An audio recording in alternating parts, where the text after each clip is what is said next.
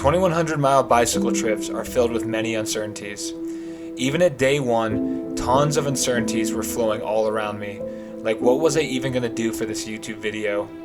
I quickly realized 24 hours in that I had my video idea after nearly a full night of anxiety and panic.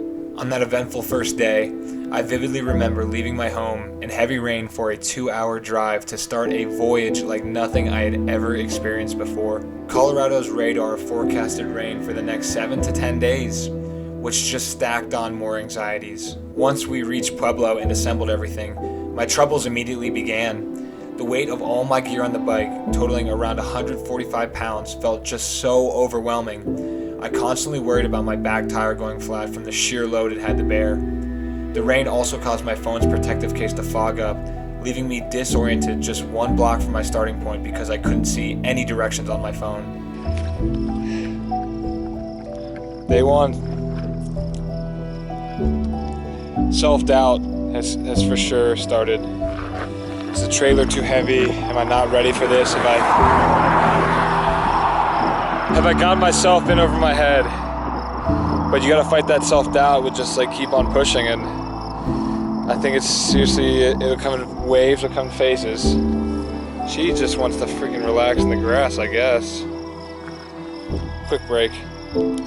After enduring around 50 miles and 2,500 feet of elevation, we reached Cannon City, my endpoint for day 1. Here, dark clouds were once again gathering.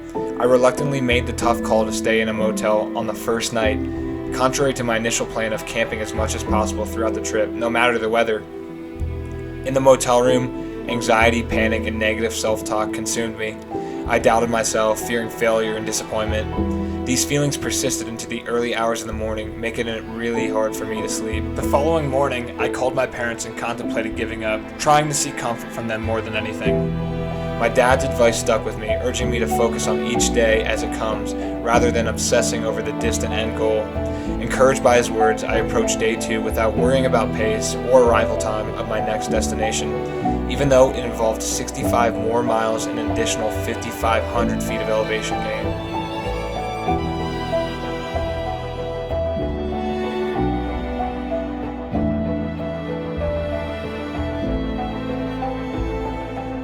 That's 3,000 feet elevation gained in 4 hours and basically 15 minutes of riding. And it's quite overcast, it's raining a little bit.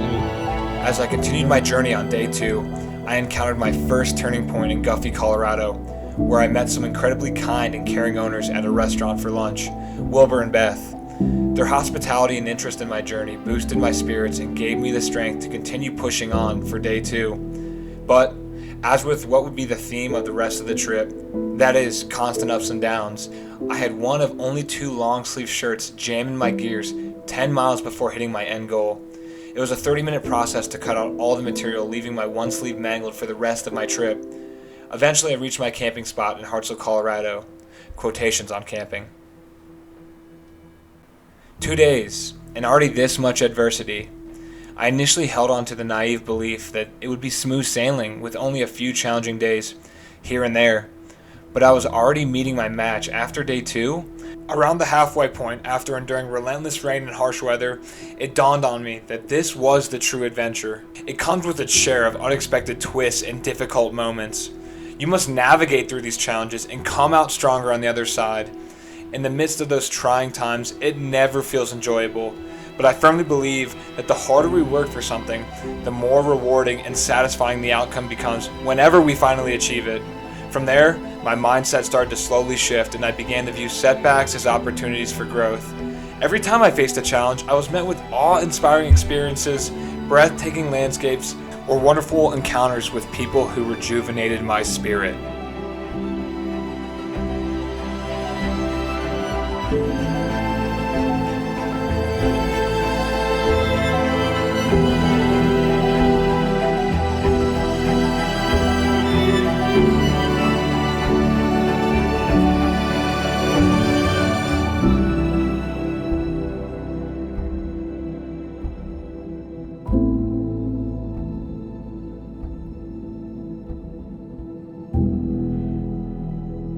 Speaking of wonderful encounters with people who rejuvenated my drive and spirit, I would be remiss if I didn't give this aspect of my journey its proper time. I started this adventure with a somewhat negative outlook, not expecting many people to follow along or even support me.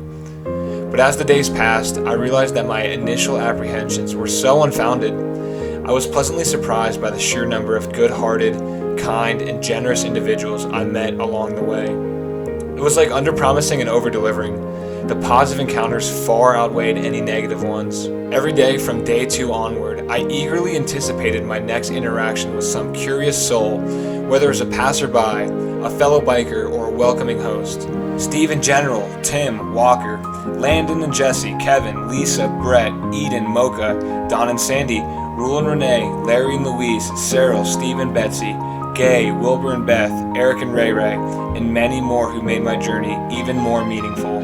Yet, what touched me equally as deep was the incredible support I received from my family, my friends, and my friends of friends. Their words of encouragement and generous donations kept me going during the toughest and loneliest moments. Whether it was a familiar face or a stranger, their impact was immeasurable. Like any concerned parent, my dad urged me to be cautious and vigilant about the people I encounter on my journey. He said to me, "Chase, you haven't seen the things I have or encountered some of the people I have." He had a point. I did come across a few unusual characters on the journey, but now I find myself wanting to tell my dad, not out of spite, but out of excitement and happiness, "Dad, you wouldn't believe the things I saw and the amazing people I encountered on this trip." Got everything you need? Yeah, I just grabbed some food and I'm about to take off. I gotta get some dog food for it real quick and then head off and towards Hot Sulphur Springs. Water or anything like that? I just got some from there too. I appreciate it though. Okay. Yeah. Well, have a good day. Thanks, you too.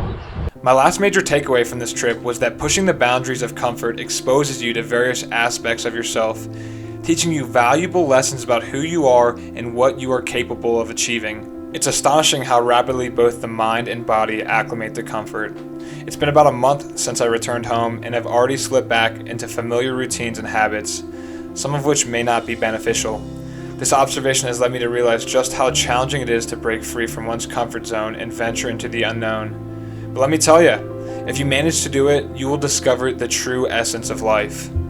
During my journey, there was hardly anything consistent except for sleeping in a tent most nights and riding a bike. Cell service was always hit or miss, food was unplanned, and the weather remained ever-changing.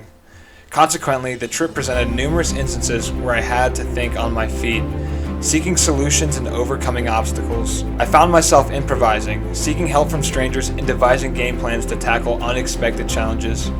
And the beauty of it all was that no matter the obstacle, I managed to figure it out, acquiring fresh skills, experiences, and forging connections with those who helped me along the way.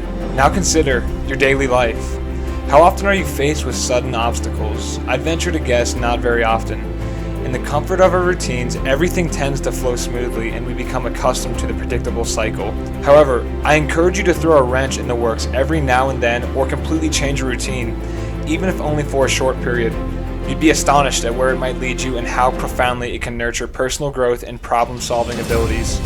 Embrace the unknown and let it shape you into a stronger, more resourceful individual. I will cap off this video with something my friend Walker said on this journey. He said, "I was originally upset because I missed the release of the new Zelda game and I couldn't play it, but then I realized what I'm doing is the real-life version of Zelda. I ask you, what is your adventure, your journey, or your real-world version of Zelda that you have always wanted? Get out of your comfort zone and go conquer it."